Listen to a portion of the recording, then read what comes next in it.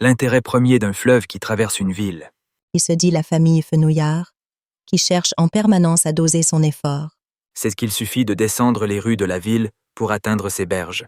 Forte de cette certitude implacable, la famille Fenouillard prépara son sac à dos, chaussa ses chaussures de marche et claqua, derrière elle, la porte de la location pour partir à la recherche du Douro, le fleuve de Porto. Eh bien oui, on descendit.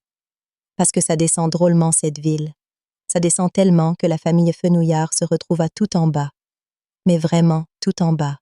Avec toutes les maisons, tous les immeubles et les grands édifices restés, eux, tout en haut. Mais vraiment désormais tout en haut. Bon, mais c'était beau quand même de voir cette ville du bord du Douro avec ce viaduc métallique tout en haut et ces belles églises désormais tout en haut qui dominaient le Douro et la petite famille Fenouillard au bord. Et la famille Fenouillard d'en avoir les larmes aux yeux, tellement que c'était beau ce Douro. Et aussi, tellement qu'il y aurait de marches à remonter après avoir admiré le Douro de tout en bas. Faut bien dire que l'histoire de ce Douro tout en bas, à admirer facilement, parut, l'espace d'un instant, un peu moins évident à la famille Fenouillard. Mais en bas, elle s'employa à bien en profiter. Elle profita des caves de Porto en enfilade, d'un petit restaurant sympa, et rencontra un grand lapin de l'artiste Bordalo.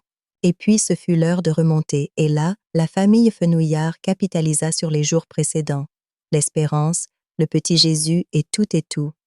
Et par les ruelles sombres et les escaliers antiques interminables, sans effort, sous une pluie battante, elle déboucha sur le parvis du palais épiscopal de Porto. Alléluia!